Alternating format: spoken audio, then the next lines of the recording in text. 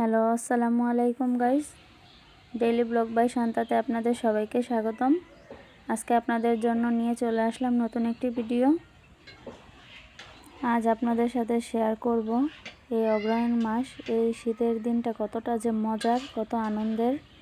এই সময় কৃষকেরা নতুন ধান কেটে ঘরে তুলে, তো দেখতে পাচ্ছেন আমাদের বাড়ির সামনের জমির ধানগুলো পেকে গেছে।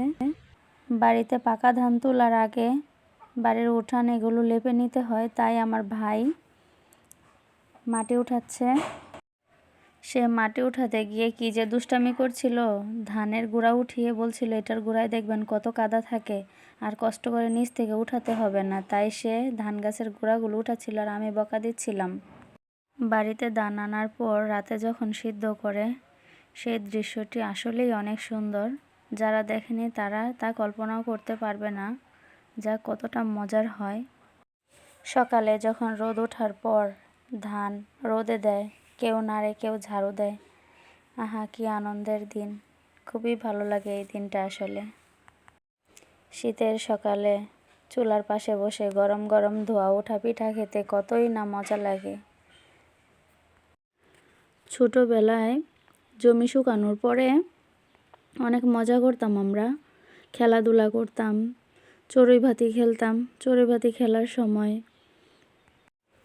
কেউ রান্না করতাম, কেউ পানি এনে দিত, কেউ তরকারি কেটে দিত, কেউ লাকড়ি এনে দিত। মানে খুব মজা হতো ছোটোবেলার এই সময় আমরা অনেক ভালো সময় কাটাতাম। পরীক্ষা শেষ হয়ে যেত, তখন আর পড়ার কোনো চাপ থাকতো না, তো চড়ুই ভাতি খেলতে অনেক ভালো লাগতো। এখন তো অনেক বড় হয়ে গেছি, তাই ছোটোবেলার এই সময়টাকে অনেক মিস করতেছি। কেন বড় হলাম মনে হচ্ছে আজ। আসলে এই ছোটোবেলার সময়টাই মনে হয় ভালো ছিল।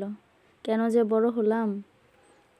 ছোটোবেলায় কত আনন্দ করতাম ভাই বোনদের সাথে, কত খুনসুটি ছিল আমাদের।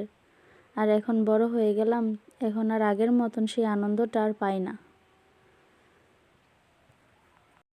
আসলেই বড়রা যে বলে যায় দিন ভালোই যায় আসে দিনই খারাপ, আসলে তাই মনে হচ্ছে এখন সময়টাতে। বর্তমান সময়ে এখনের বাচ্চারা মোবাইল নিয়ে ব্যস্ত থাকে, কিন্তু এত আগের মতন আনন্দ করতে পারে না।